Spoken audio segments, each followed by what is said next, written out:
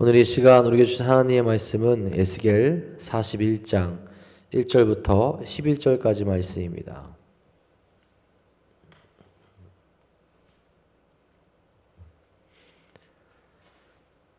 에스겔 41장 1절부터 11절까지 말씀입니다.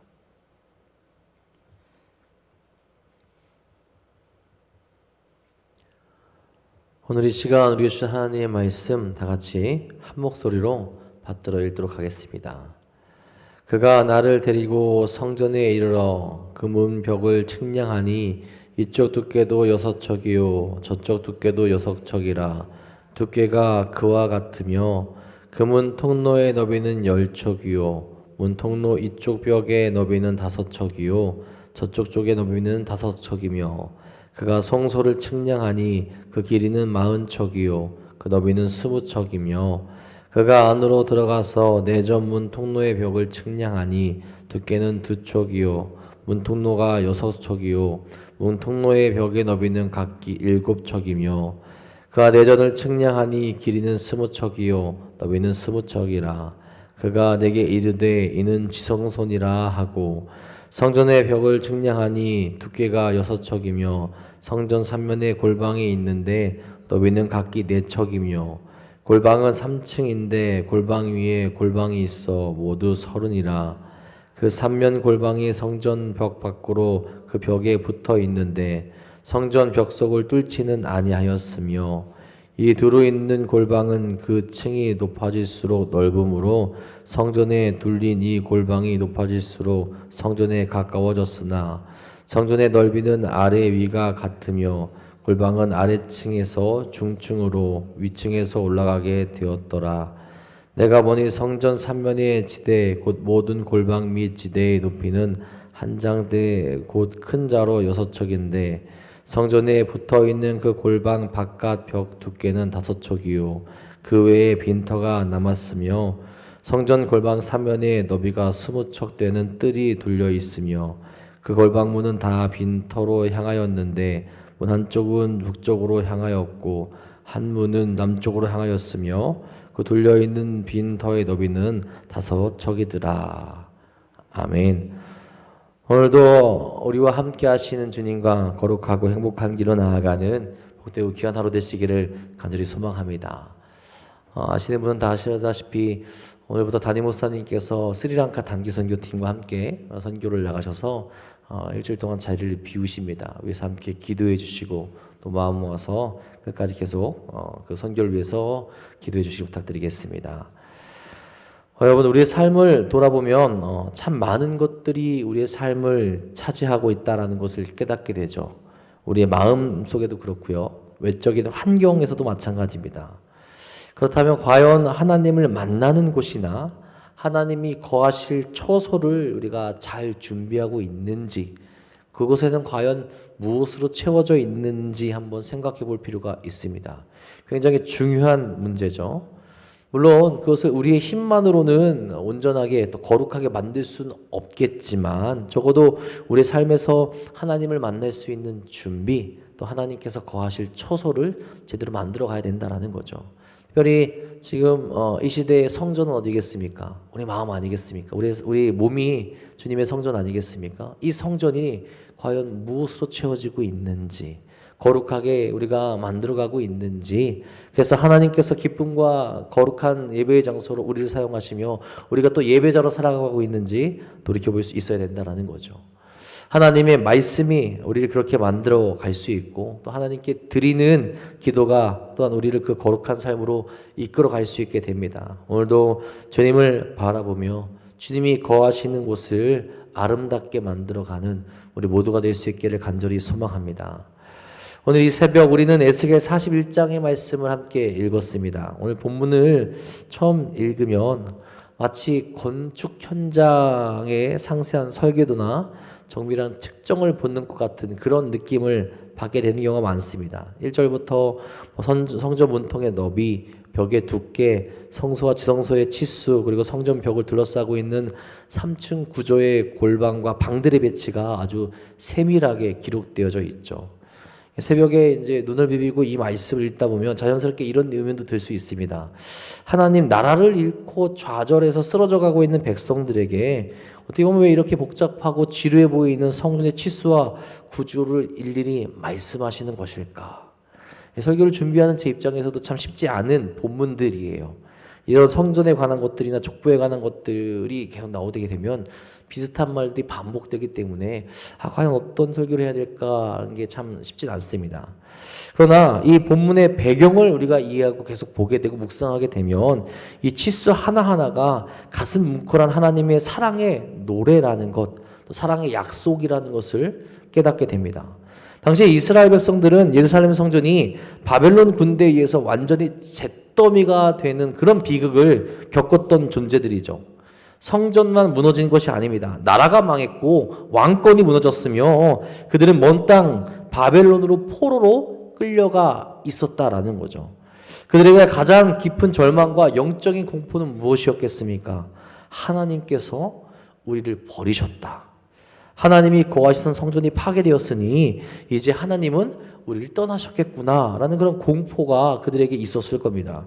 그런 깊은 절망의 밤을 지나고 있는 백성들에게 하나님은 환상 중에 에스겔을 부르셔서 새로운 성전의 도면을 보여주시게 됩니다. 하나님이 치수를 재워 보여주신다라는 것은 무엇을 의미합니까? 내가 너희를 잊지 않았다. 내가 다시 너희 가운데 거할 처소를 준비하고 있으며 반드시 너희를 회복할 것이다 라는 확실한 하나님의 강력한 의지를 보여주시며 약속을 하고 계신다라는 거죠. 그렇지 않겠습니까? 절망 중에 있는 그들에게 하나님이 하나하나 말씀하시면서 이 무너진 곳이지만 다시 세워주겠다. 너희가 지금 포로로 잡혀있지만 다시 돌아가 너희가 성전을 지을 수 있을 것이다. 여러분 하면 가슴 벅차는 그런 말씀인 거예요. 우리가 여러분 그저께가 광복절이었죠. 요즘 영상 AI 영상으로 이것저것 만들 수 있는데 그런 영상이 하나 올라왔더라고요. 광복되기 이전에 수많은 광복 투사들이 어떤 미래를 바라봤을 것이냐. 지금 우리가 자유롭게 살아가는 그 미래, 우리가 아름답게 살아가는 미래를 바라보지 않았을 것이냐 하면서 과거 현재 사람들이 모여서 여러분들이 만들어준 미래입니다라고 이렇게 보여주는 그런 영상을 만들었더라고요. 여러분 그런 것을 보게 된다면, 그런 걸 알고 있다면 얼마나 큰 위안이 되고 기쁨이 되겠어요. 하나님은 이스라엘 백성들에게 에스겔을 통해서 그 미래를 보여주고 계신다라는 겁니다. 여러분 우리 새벽 하나님께서 이 에스겔 41장의 말씀을 통해서 또 우리에게도 주시는 그 영적인 음성과 메시지를 함께 나누며 은혜 받기를 간절히 소망합니다. 먼저 하나님 이 말씀을 통하여서 하나님께서 무너진 자리에 새로운 일을 시작하신다라는 것을 깨닫게 하신다라는 거죠. 이스라엘 백성의 눈앞에 있는 현실은 완전한 파괴였습니다. 예루살렘은 폐허가 되었고 소망은 끊어진 것처럼 보였다라는 거죠. 세상의 관점에서는 무너진 곳이 곧 끝입니다. 그러나 하나님의 역사에서는 무너진 곳이 바로 새로운 시작의 자리가 얼마든지 될 수 있다라는 거예요. 그걸 보여주십니다. 너희의 생각으로는, 세상의 시선으로는 망했다라고 할 수 있지만 하나님께서는 새로운 그 망한 자리에서 새로운 시작을 할 수 있다는 것을 보여준다는 거죠. 1절 2절에 말합니다. 그가 나를 데리고 성전에 이르러 그 문벽을 측량하니 이쪽 두께도 6척이요 저쪽 두께도 6척이라.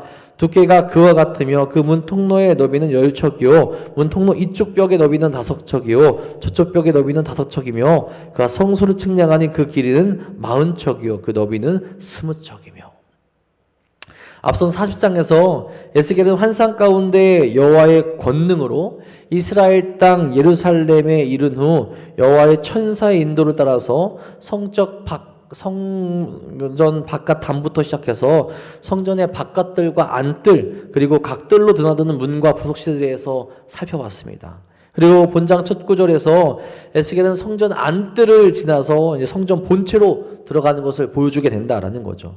하나님이 거하실 처소, 다시 예배드릴 수 있는 그곳을 보여주시는 겁니다.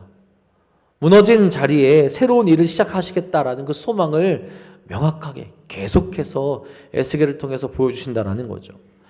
여러분, 우리의 삶에도 마찬가지입니다. 인생을 살아가다 보면 예기치 못한 순간들이 우리에게 몰려오게 되고 삶의 모습들이 무너지게 되는, 또한 우리의 삶의 성전이 무너지는 것을 경험하게 될 때가 있게 되죠. 간절히 원했던 사업이나 계획이 어그러질 때가 있습니다. 사랑하는 사람과의 관계가 깨어지고 오해가 쌓여 마음이 무거워질 때도 분명히 있습니다. 뜨거웠던 기도의 자리가 차갑게 식어버리고 믿음이 흔들릴 때가 분명히 있습니다. 그럴 때 사탄은 우리에게 와서 속삭이죠. 이제는 늦었다. 내 신앙도 내 삶도 여기서 끝이 날 거다. 어떻게 다시 회복할 수 있겠느냐라고 그렇게 우리를 유혹합니다. 하지만 하나님은 끝이 아니라 말씀하신다라는 거죠. 여러분, 우리의 삶이 깨지고 무너졌습니까? 낙심하지 마기 바랍니다. 하나님의 은혜는 우리의 실패보다 크다라는 거죠. 우리가 무너졌다고 해서 우리를 향한 하나님의 신실한 계획까지 무너진 것이 아닙니다. 하나님은 우리의 깨어진 조각들을 버리지 않으시고 십자가의 은혜라는 그 금실로 다시 붙여 처음보다 더 영광스러운 성전으로 우리를 세워 나가시는 분이라는 거죠. 과거에 무너진 자리에 시선을 고정하지 마시고 오늘 이 새벽 무너진 폐허 위에 새 성전을 환상으로 보여주시는 하나님의 능력만을 바라보며 새롭게 된 그 길로 나아가는 우리 모두가 될 수 있기를 간절히 소망합니다. 그리고 오늘 말씀을 통하여서 또 우리에게 이야기하신 것은 이 삶의 중심에 하나님과의 만남을 늘 염두에 두어야 된다라는 겁니다.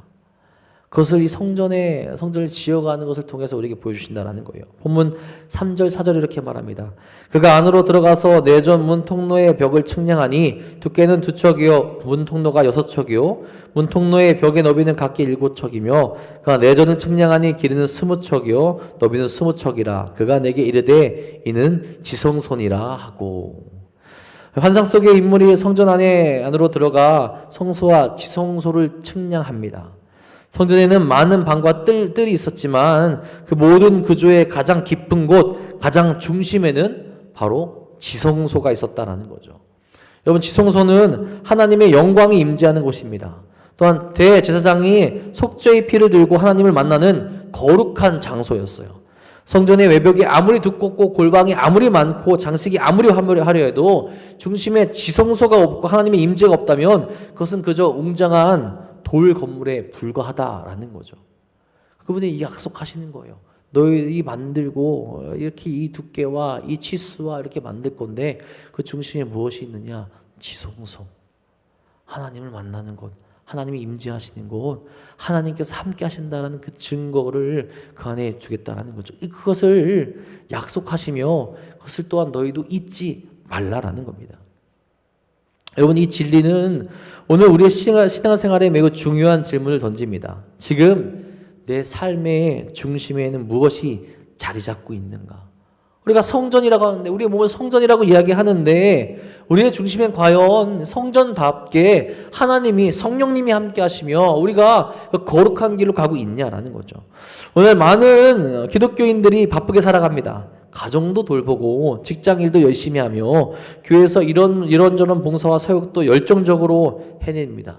찬양도 하고 성경도 읽고 봉사도 합니다. 그러나 때로는 그 바쁜 열심 속에서 정작 가장 중요한 하나님과의 그 만남, 하나님과의 함께함, 그 지성소의 은혜를 놓쳐버릴 때가 참 많다라는 거죠.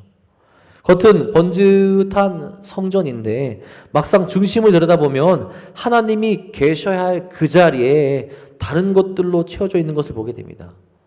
하나님보다 앞서는 물질에 대한 염려가 우리의 중심에 있지는 않습니까? 내 자존심과 성공을 향한 집착이 우리의 중심을 차지하고 있지는 않습니까?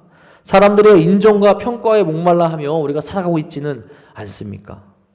중심이 바뀌면 신앙은 껍데기만 남게 되고 결국 영적인 고갈과 피곤함과 어려움과 아픔, 그것이 찾아오게 된다는 거죠.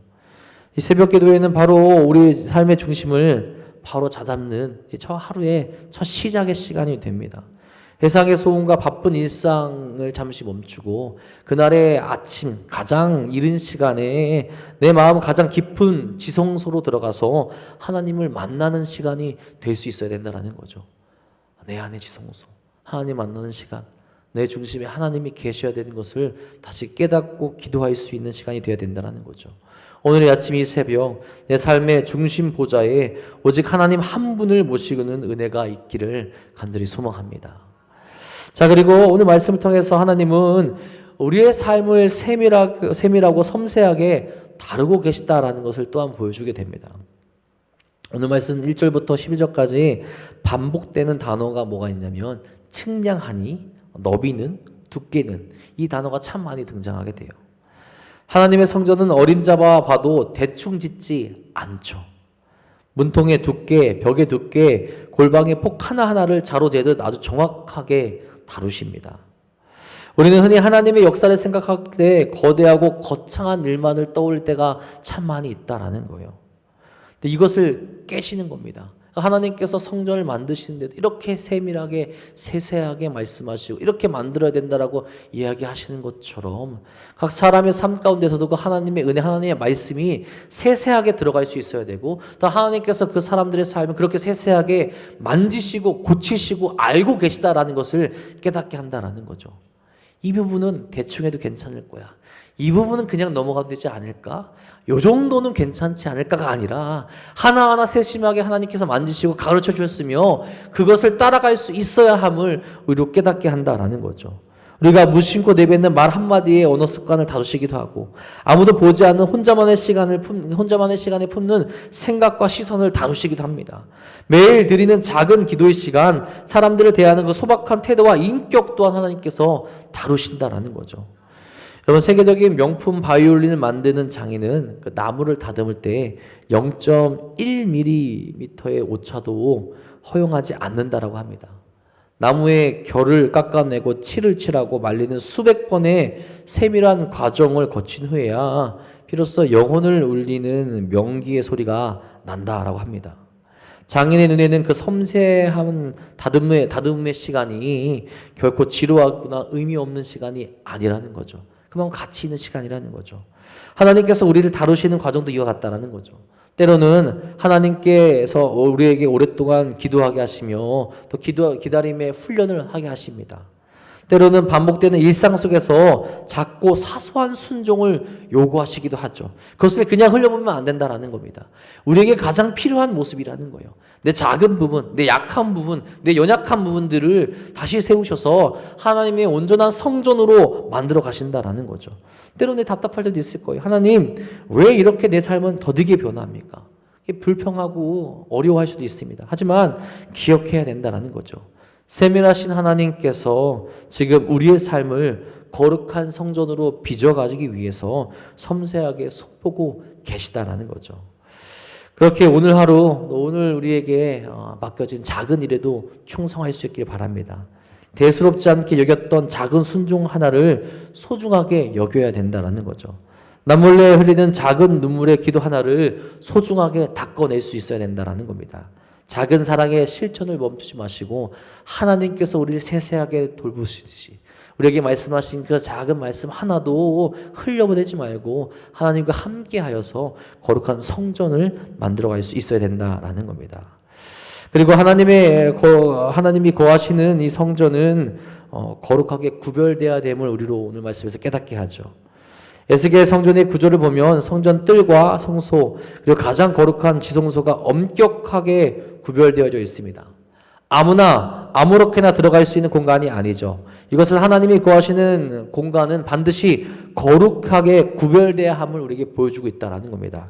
그렇기 때문에 이렇게 세세하게 말씀하시며 그것을 그렇게 건축해야 된다라고 그 가운데 지성소를 놓으면서 에스겔 환상을 통해서 이렇게 말씀해주고 계신 겁니다.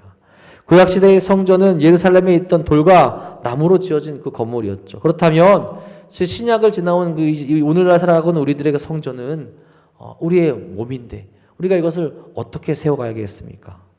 고린도전서 3장 16절에 이렇게 우리에게 말하죠. 너희는 너희가 하나님의 성전인 것과 하나님의 성령이 너희 안에 계시는 것을 알지 못하느냐. 예수 그리스도의 십자가의 보혈로 죄 씻음 받은 우리는 또 우리 자신이 성전이 되는데 이 성전을 어떻게 만들어 갈 거냐라는 거죠.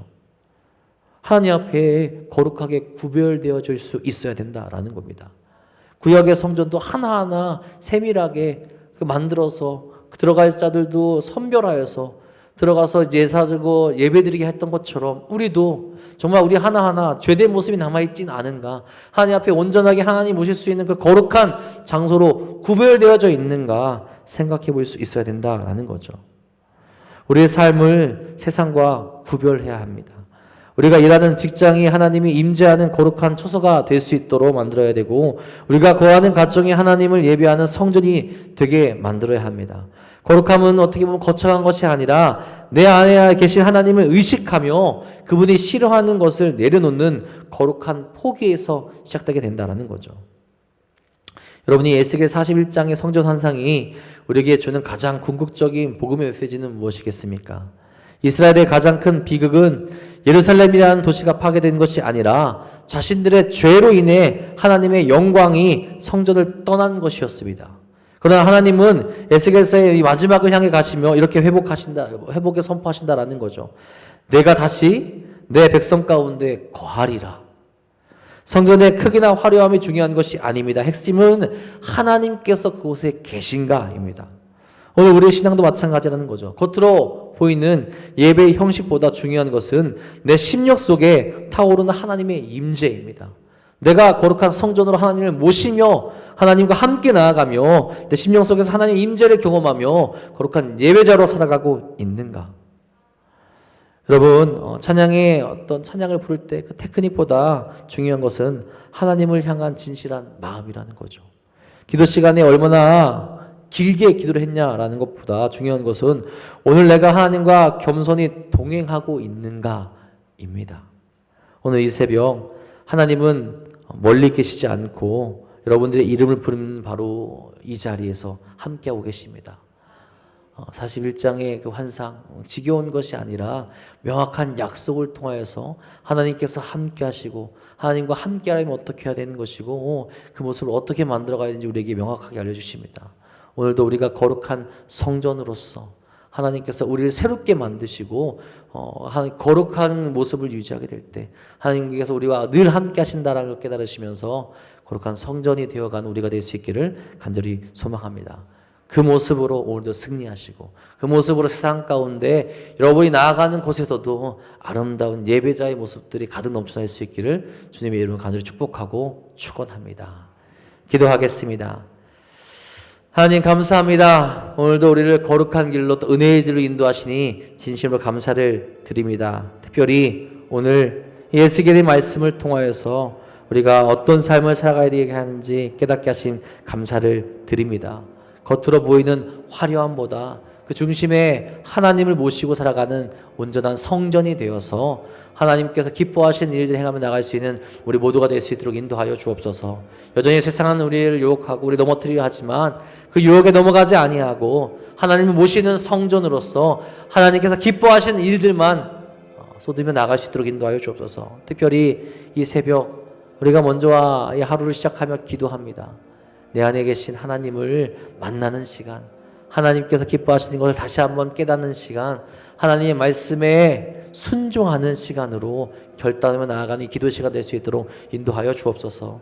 또 우리가 그런 마음으로 전심을 다하여 기도할 때 주께서 응답하여 주시고 살아계신 하나님과 오늘도 함께 동행하며 나갈 수 있는 복되고 복된 시간 될 수 있도록 역사하여 주옵소서. 특별히 오늘부터 스리랑카 단기 선교팀 선교가 시작됩니다. 이동하는 모든 시간, 사역의 모든 시간 함께 해주셔서 거룩하고 아름다운 열매가 맺힐 수 있도록 인도하여 주옵소서. 오늘도 주님께서 우리와 함께 하시며 우리를 성전으로 만들어 가실 것 믿사오며 우리의 참된 소망 되신 우리 구주 예수 그리스도의 이름으로 감사하며 기도합니다. 아멘.